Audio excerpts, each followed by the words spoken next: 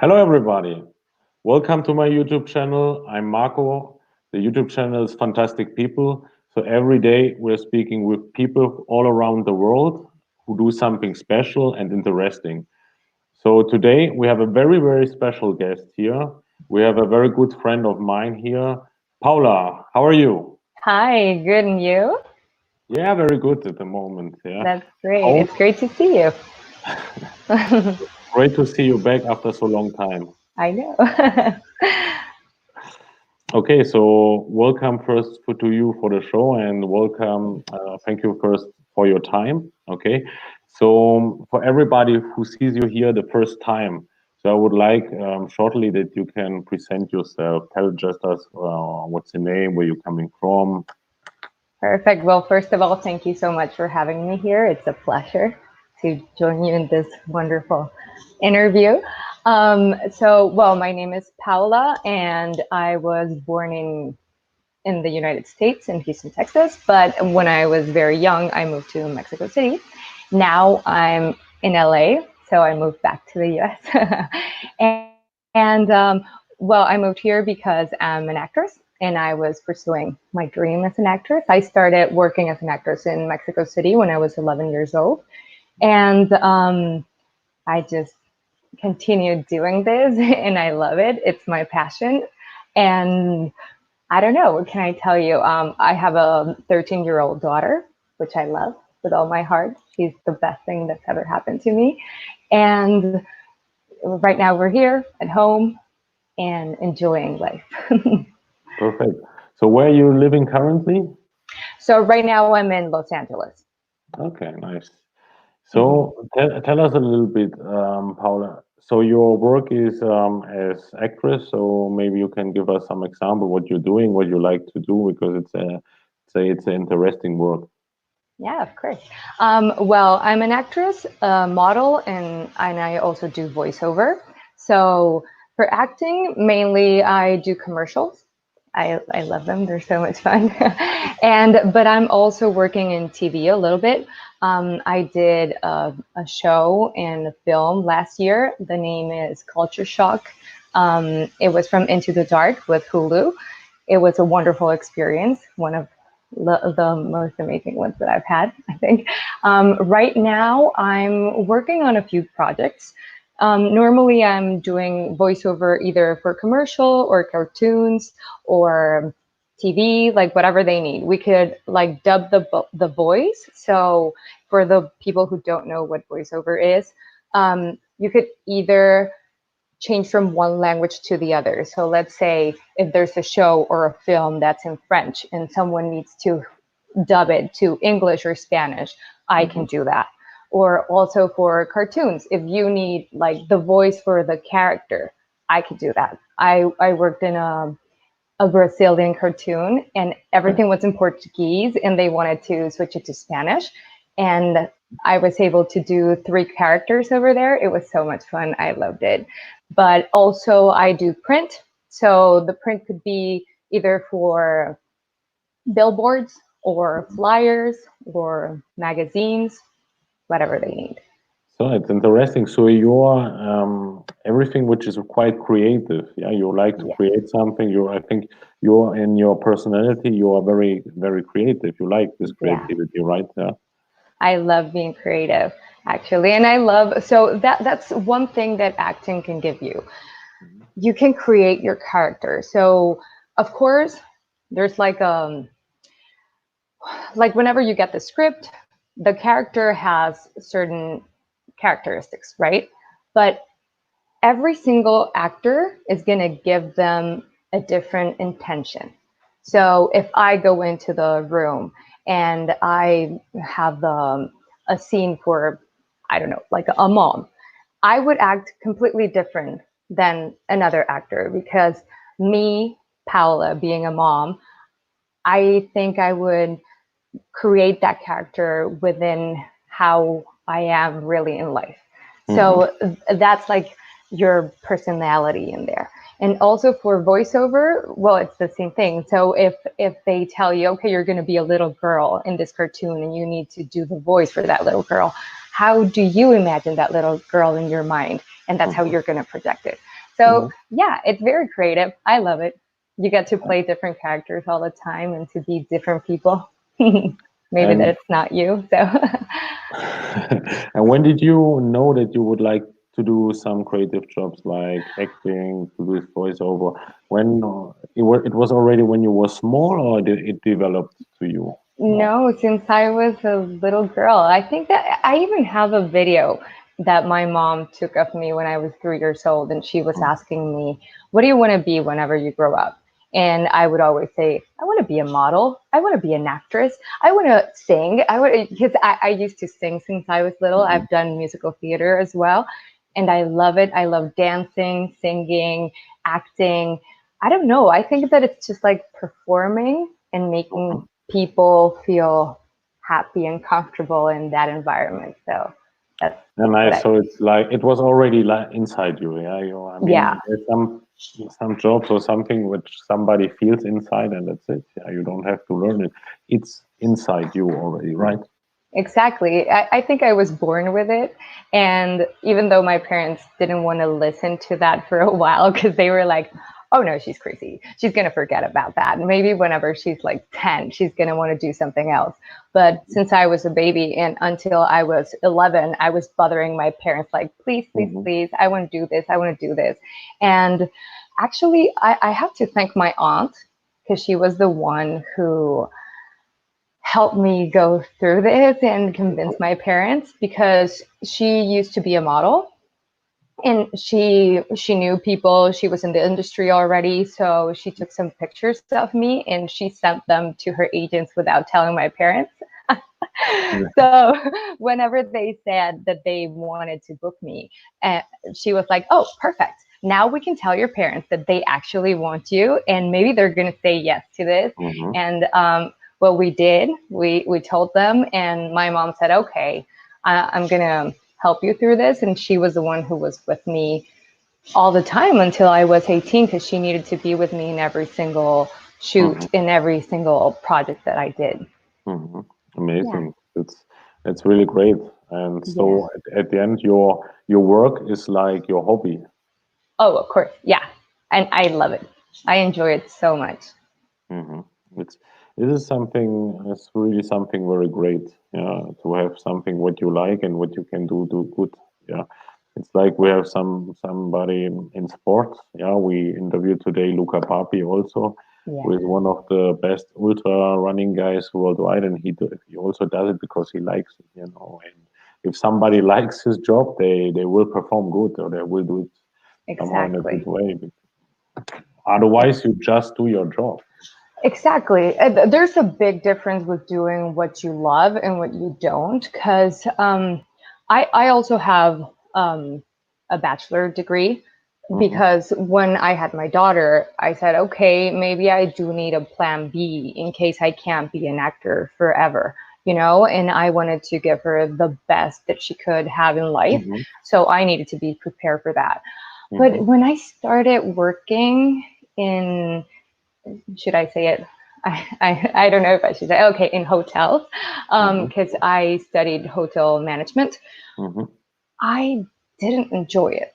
I was suffering. Like literally every day that I would go to the office, Yeah. I would be doing my job Hmm. and it was okay for a while. But after like maybe 8 months, Yeah. I said like, okay, this is not for me. Like I'm not enjoying it as I'm enjoying shooting a commercial or a film or like creating a character for a short film, like that is, I don't know, it has so much more meaning for me. And that's why I decided I didn't want to do that. It started maybe as a hobby because I was so young and of course school was my priority, Hmm. but then that became my life and I love it. And I do believe that I perform way better as an actress than in hotels because I enjoy acting way more. Yeah, it's great.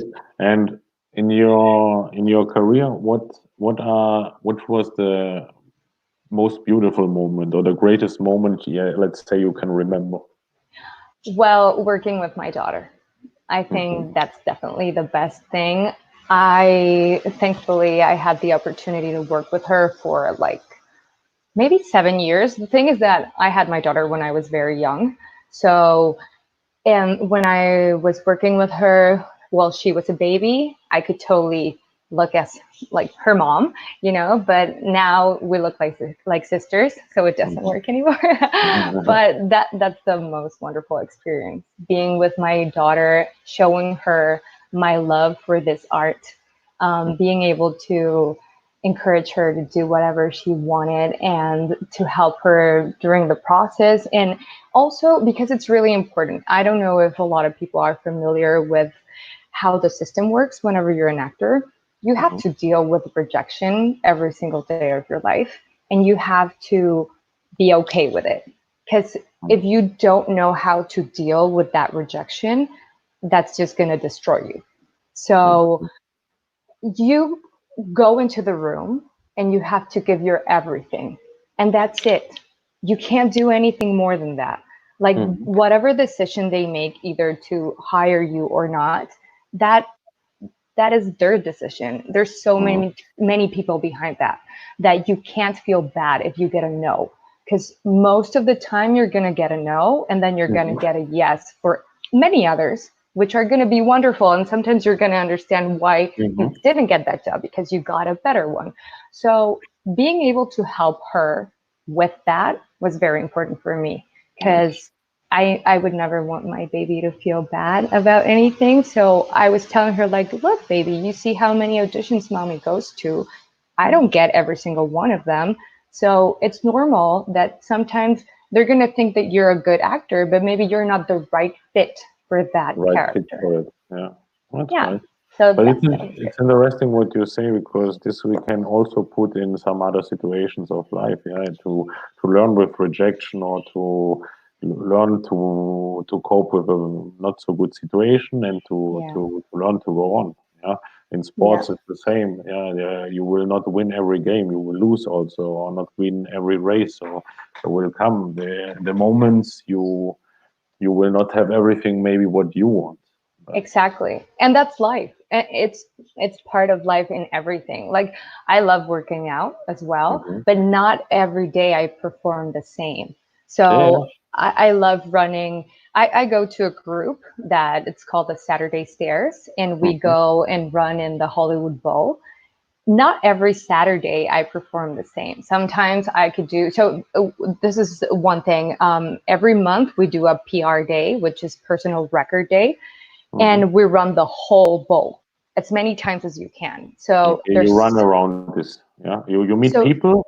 Like you yeah. meet a group of is it a group of friends, or a group of people who they is it it's a group of different people you don't know? How does it work?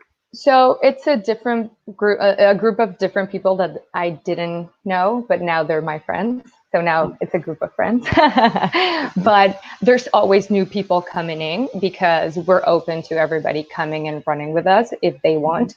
Um, so what we do is we gather, and normally the guy that's in charge, whose name is Jeff, he's the one who says, okay, so today we're going to run, and whenever you get to this area, you're going to do some jumping jacks, and whenever you get to this area, you're going to do some squats, and like different Oh, things, so that we switch it nice. up. But for PR day, we have to run the whole thing as many times as we can. And the Hollywood Bowl is like a mountain where they put a bunch of stairs, so you can see the stage and go to a Mhm. concert, whatever. So there's like a million stairs, ta, ta, ta, ta, ta, ta, ta, all the way to the top. And, so what we do is we run all the stairs from this area, let's say, and then you jump up to the second one and Mhm. you run all the stairs over there. And then again, ta, ta, ta, ta, ta. That means you're running the whole thing. You come back down and you do it again. Everything in 45 minutes, as much as you can. So some days I can run it twice. Some days I run it 2.5 times. And some days I can run it only like barely the second one, because you don't have the same performance all the time. And Yeah. that's also like part of what acting has given me in life. Like, it's okay if you don't do perfect all the time. It's okay if one day you don't have the same energy as the day before. So I don't know. I think that helps me being nicer with myself and not being so strict with how I have to be and be perfect. Because I used to Yeah, be like that. I used to be very strict with myself.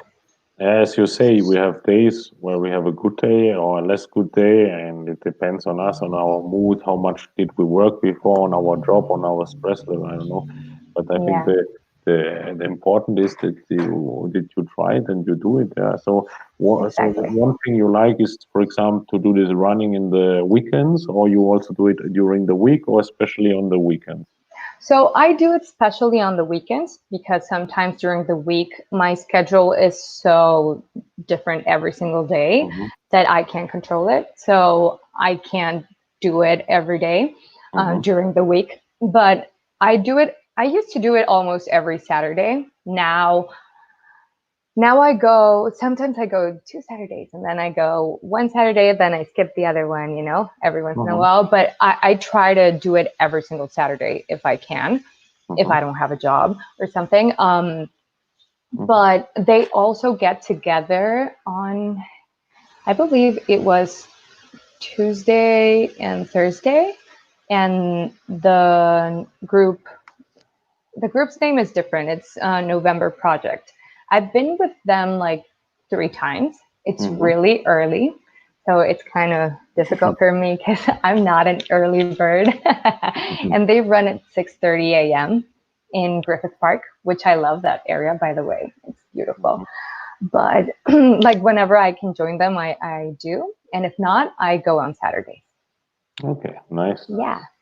Do you have also other sports apart of running which you are practicing? Yeah, yeah, I love aerial silks.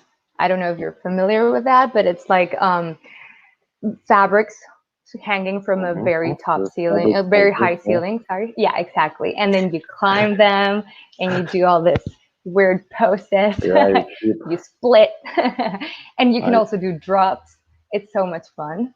It hurts a lot, but then you get used to it.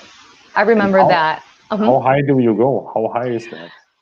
As much as you can. There's different studios. So some studios are like, I don't know, 5 meters tall or 10 meters tall, or Mhm. some of them are like 20 meters tall. Like you can go as high as you want. In order to do a drop, at, I think you need like at least 5 meters or four. And is it not dangerous that you can fall down or something like that? So, so You this is need the to be thing. careful. It is dangerous. I think that every sport has a little danger in it, and that's what makes it more interesting. So, this one could be really, really dangerous if you don't pay attention. It's very important that every time that you're doing your reps, you remember every single step, because if you miss one, that might be the rep that you needed to hold yourself up. And once you do the drop, it's not going to be secure and you're going to hit the ground. Mm. So, also, there are other wraps that even if you're wrapped properly, for Mhm. example, the double star. So that means that you wrap all the way up.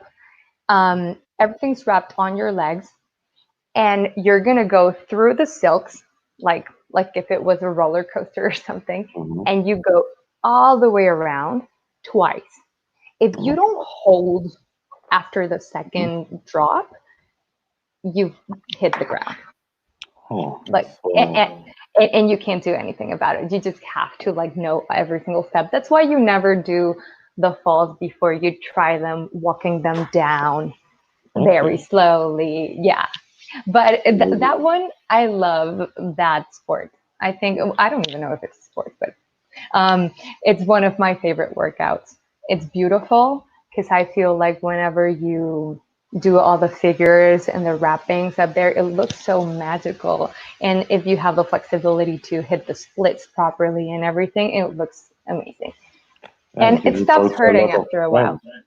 You need also a lot of strength for A that. lot of strength. Yes. Mm. So, and one of the interesting things about this workout is that whenever I started it, I used to do gymnastics and I did Yeah. it for 10 years when I was younger, from 3 until I was 13. And I thought, like, oh, I'm strong. I could totally do this. No, like, it's another beat, Mhm. because you need a lot of strength in your fingers. You Okay. never train how to grip. And if you don't have like a very strong grip, you just can't go up the silk. And also the other thing is that whenever you are wrapping the silk to go up, you have Mhm. to step. So this is your foot, the silk is going to be here, and you have to step Mhm. on it to be able to push up Take and it, then yeah. pull yourself up. It hurts. I don't even know why, but the first time that I was doing it, I was like, oh my God, my feet are hurting so bad. And then whenever you do the foot lock, which is one of the most basic things that you need to learn, Mhm. it's a wrap on your foot so that you can stay up and then do other things. Oh, the first time I did it, I started screaming. I thought my foot was going to break. Like literally, it was that bad. And I was all bruised the next day. I couldn't step properly. I was like, what is this? But then you love it. Very, very interesting. So you have this sport as one of your favorites. Do you do something else inside of sport?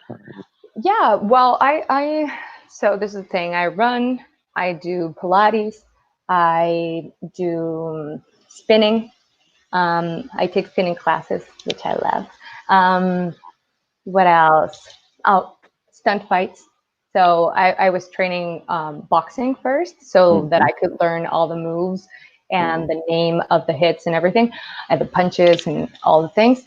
And then I started training for stunt fights, which is very, very fun. It's a huge workout. You need to work not just your body, but your mind, because you have to remember every single step. If not, you're going to hit your partner, and you don't want to do that. Mhm. Um, Stunt fights is whenever you see a TV show or a movie and you see that the actor is having a fight with another character. Normally, it's not the actor who's doing that, it's another person that's called a stunt. Mhm. So, because productions don't want to risk the actor getting hurt, so they hire a different person that looks like them, and they do the fight for them. And I was learning that because I wanted to be an actor that could do my own fights, Mhm. respecting the stunt work. Like whenever they need to do high falls or crazy stuff, please go ahead, hire the stunt. Yeah. I don't want to do that. But fighting is really fun.